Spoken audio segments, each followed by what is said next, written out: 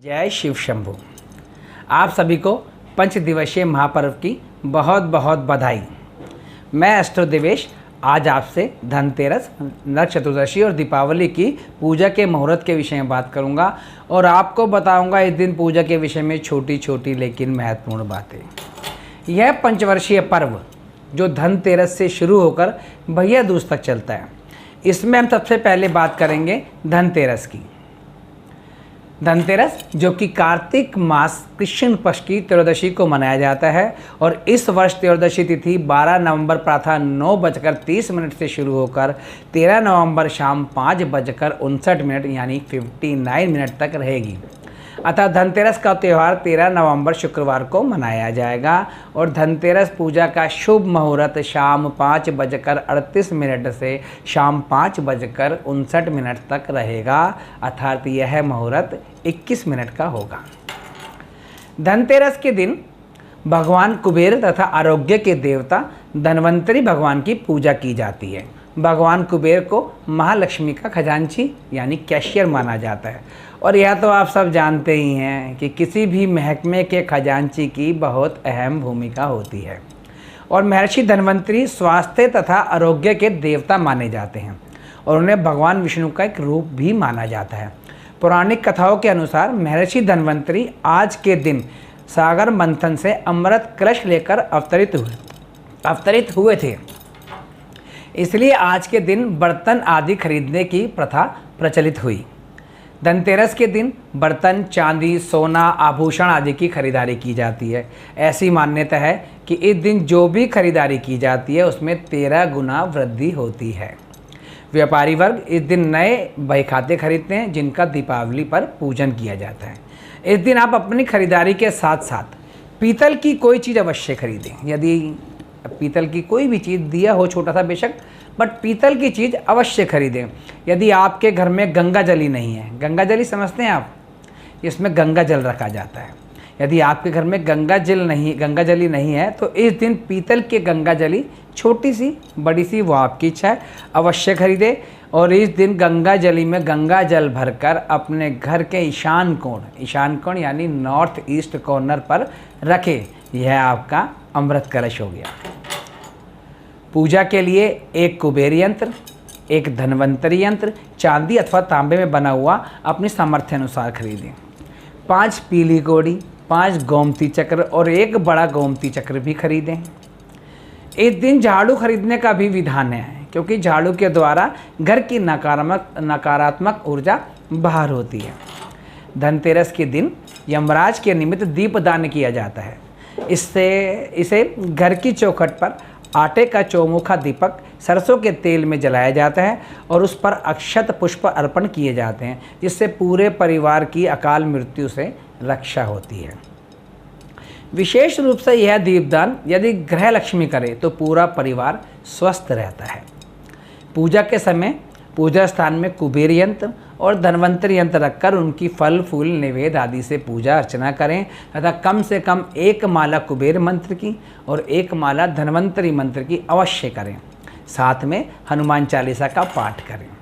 हनुमान चालीसा का पाठ बड़ा आवश्यक होता है क्योंकि यम कुबेर दिक्पाल जहाँते, नासे रोग हरे सब पीरा, अष्ट सिद्धि नवनिधि के दाता। हनुमान चालीसा पढ़िए आप और सुनिए इन लाइनों का मतलब। विद्यार्थियों को हनुमान चालीसा का पाठ नित्य करना चाहिए। मैं पहले भी कई बार कहता हूँ कि विद्यार्थियों को हनुमान चालीसा का पाठ नित्य करना चाहिए क्योंकि बल बुद्धि विद्या देहु मोहि हरहु कलेश विकार। बल भी, बुद्धि भी और विद्या भी तीनों मिलते हैं हनुमान चालीसा से। तो विद्यार्थियों को हनुमान चालीसा का पाठ अवश्य करना चाहिए। समय कोई लीजिए आप, आपसे मैं ये नहीं कहता कि आप सुबह ही करें। विद्यार्थी सुबह समय नहीं मिलता, शाम को करिए, नहीं रात को करिए, सोने से पहले करिए, बस जमीन पे आसन बिछा के करिए। मंत्रों में बहुत शक्ति होती है जिसका प्रमाण हमें कई ग्रंथों और शास्त्रों में मिल जाएगा। आज इतने साधन संपन्न होते हुए भी मानव की औसत आयु लगातार घटती जा रही है, जबकि हमारे पूर्वज, उनकी आयु, उनकी कार्य क्षमता हमसे बहुत अधिक थी क्योंकि उन्हें मंत्रों की एक ऐसी चिकित्सा पद्धति का ज्ञान था जिसका प्रयोग कर वे अपनी बीमारियां ठीक कर लेते थे। ऐसा नहीं था कि उस समय रोग नहीं थे, रोग उस समय भी थे। शास्त्रों में वर्णन है कि भगवान श्री कृष्ण के 2 पुत्रों को कुष्ठ रोग हुआ था, जिसे उन्होंने मंत्रों के माध्यम से ही समाप्त किया था। अभी भी कुछ ऐसी साधनाएं हैं जिनको संपन्न कर सन्यासी लोग छोटी छोटी गुफाओं में रहने के बावजूद भी स्वस्थ तथा दीर्घायु रहते हैं। लेकिन मंत्रों की इस शक्ति को स्वीकारने में हमारा आज का युवा वर्ग थोड़ा असमर्थ है। मैंने स्वयं भी अपने जीवन में मंत्रों की सकारात्मक ऊर्जा को मैं हमेशा महसूस किया है। तो इसलिए मैं कहता हूँ कि इस दिन जब पर्व पढ़ते हैं इनमें एक एक मंत्र माला जरूर करा कीजिए, चाहे अपने इष्ट मंत्र की करिए बट अवश्य करिए। कुबेर मंत्र है ओम ह्रीम कुबेराय नमः। ध्यान से सुन लीजिए, मैं दोबारा बोलता हूँ। कुबेर मंत्र है ओम ह्रीम कुबेराय नमः। और धन्वंतरी मन है ओम रम रुद्र रोगनाशाय धन्वंतये फट। ओम रम रुद्र रोगनाशाय धन्वंतये फट। जो लोग मासिक शिवरात्रि का व्रत करते हैं, यह व्रत भी 13 नवंबर को ही रखा जाएगा, क्योंकि शिवरात्रि का व्रत जिस दिन मध्य रात्रि में चतुर्दशी पड़े उस दिन रखा जाता है। अतः इस बार चतुर्दशी का मध्य पर्व रात्रि 13 नवंबर को ही पड़ेगी। इस बार चतुर्दशी की मध्य रात्रि 13 नवंबर को ही पड़ेगी। अतः शिवरात्रि का व्रत धनतेरस वाले दिन रखना ही तर्क संगत रहेगा। अब हम बात करते हैं रूप चौदस अथवा नरक चतुर्दशी की। नरक चतुर्दशी कार्तिक मास कृष्ण पक्ष की चतुर्दशी को मनाई जाती है। इस वर्ष यह तिथि 13 नवंबर शाम 5:59 से 59 यानी 59 5:59 से शुरू होकर 14 नवंबर दोपहर 2:17 तक रहेगी। अर्थात छोटी दीपावली का पर्व 14 नवंबर दोपहर 2:17 तक रहेगा। इस पर्व पर सूर्योदय से पूर्व उठना चाहिए और पूरे शरीर पर तिल के तेल की मालिश करने के पश्चात स्नान करना चाहिए और उसके पश्चात स्वच्छ वस्त्र धारण कर अपने पितरों के निमित्त तर्पण करना चाहिए। तर्पण कैसे करते हैं इसके लिए आप मेरी पितृपक्ष वाली वीडियो देख सकते हैं।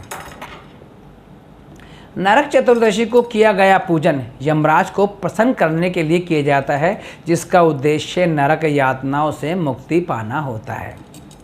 ऐसा कहा जाता है कि जो व्यक्ति इस दिन यमराज के निमित्त दीप दान करता है उसको नरक यातनाएं प्राप्त नहीं होती। पुराणों के अनुसार भगवान श्री कृष्ण ने इस दिन नरकासुर नामक राक्षस का वध कर पृथ्वी को भारमुक्त किया था। इसलिए आज के दिन भगवान श्री कृष्ण जी की पूजा आराधना कल्याणकारी रहती है। इस दिन आप सरसों के तेल का एक दीपक घर की दक्षिण दिशा में रखें और उस पर अक्षत पुष्प अर्पण करें। यह सभी कार्य दोपहर 2:17 से पूर्व करें। जय शिव शंभू। अब हम बात करते हैं दीपावली पर्व और उसके पूजा मुहूर्त की।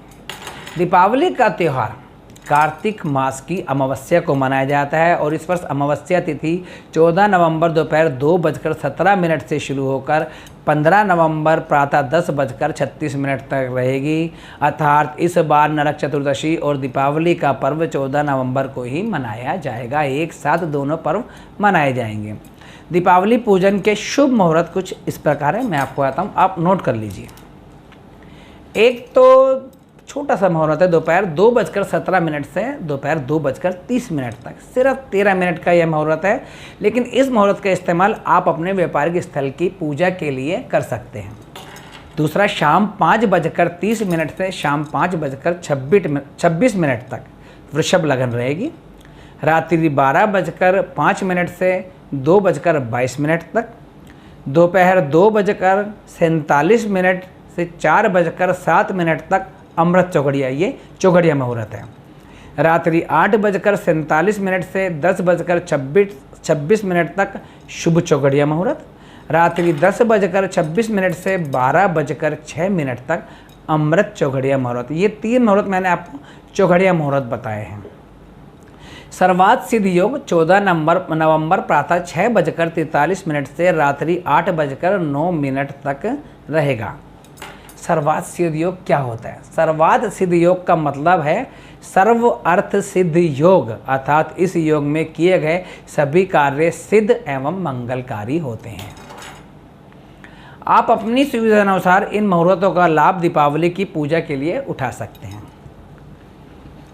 चौघड़िया मुहूर्त, अभी मैंने आपको बताया ना 3 चौघड़िया मुहूर्त भी पढ़ रहे हैं इस दिन। चौघड़िया मुहूर्त होते क्या हैं? जो चौघड़िया मुहूर्त वह मुहूर्त होते हैं जो प्रतिदिन और रात्रि को वार और ग्रह के योग से बनते हैं और किसी भी शुभ कार्य को करने के लिए अमृत, शुभ, लाभ और चर चौघड़ियों को शुभ माना जाता है। ऐसा माना जाता है कि इस समय कोई भी मंगल कार्य करना शुभ एवं कल्याणकारी होता है। दीपावली के दिन भगवान गणेश, महालक्ष्मी तथा भगवान कुबेर की पूजा अर्चना की जाती है और आपको अपने इष्ट की पूजा इस दिन अवश्य करनी चाहिए और कम से कम 1 माला ओम गंग गणपतये नमः मंत्र की, 1 माला ओम ह्रीं ह्रीं श्रीं लक्ष्मी वासुदेवाय नमः मंत्र की, 1 माला ओम ह्रीं कुबेराय नमः और 1 माला अपने इष्ट देवी या देवता की, और साथ में हनुमान चालीसा का पाठ अवश्य करें। दीपावली की रात्रि को सिद्धि रात्रि माना जाता है, अतः इस रात्रि में की गई पूजा अर्चना विशेष फलदायी और सिद्धि देने वाली होती है। दीपावली पूजा में आप पीली कौड़ी और गोमती चक्र, जिनकी खरीदारी आपने धनतेरस पर की थी, वह भी दीपावली पूजा में रखें और पूजा उपरांत पीली कौड़ी और बड़ा गोमती चक्र अपने धन स्थान पर रखें और 5 छोटे गोमती चक्र मंदिर में लक्ष्मी जी के आगे रखे रहने दें और नित्य इनकी पूजा अर्चना करें, अवश्य लाभ होगा। जय शिव शंभू। आगे बात करते हैं हम गोवर्धन पूजा अथवा अन्नकूट पर्व की। यह पर्व कार्तिक मास शुक्ल पक्ष की प्रतिपदा को मनाया जाता है और कार्तिक शुक्ल प्रतिपदा तिथि 15 नवंबर 10:36 के बाद प्रारंभ होगी, अर्थात गोवर्धन पूजा उत्सव 15 नवंबर प्रातः 10:36 पश्चात मनाया जाएगा। इस दिन गौ माता की पूजा अर्चना करना शुभ माना जाता है। यदि आपके आसपास गौ माता नहीं है या गौ माता नहीं मिलती है आपको, तो आप किसी भी गौशाला में जाकर गौ माता की पूजा सेवा कर सकते हैं। इस दिन भगवान कृष्ण की पूजा की जाती है और अन्नकूट का भोग लगाया जाता है। वेदों में इस दिन वरुण देवता, इंद्र देवता और अग्नि देवता की पूजा का विधान भी बताया गया है।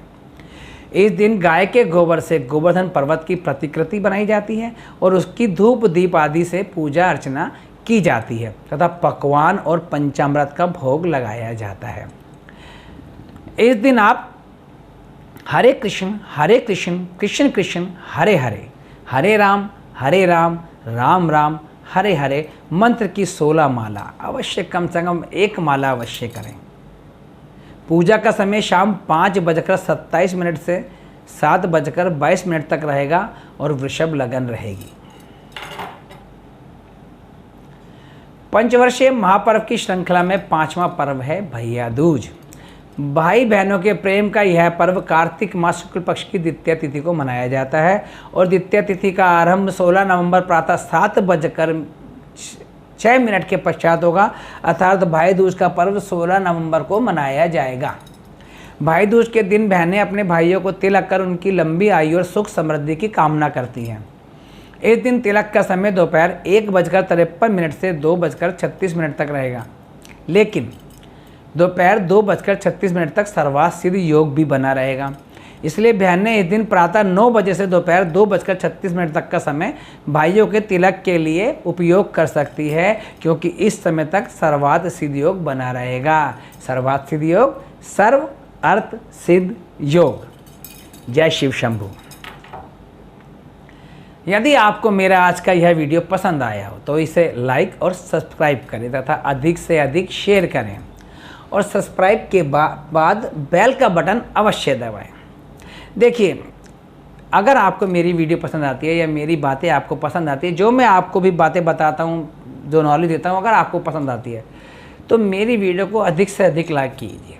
भाई, आप लोग लाइक करने में थोड़ी कंजूसी करते हैं। मैं आपसे कहता हूँ, अगर मेरी वीडियो पसंद आती है तो इसको अधिक से अधिक लाइक कीजिए, अधिक से अधिक शेयर कीजिए, ताकि लोगों को भी इसका लाभ मिल सके, आपके दोस्तों को, आपके मित्रों को, आपके संबंधियों को भी मेरी इन वीडियो का लाभ मिल सके। अब मैं एस्ट्रो देवेश आपसे आज्ञा चाहूँगा और शीघ्र मिलूँगा फिर किसी नए विषय के साथ।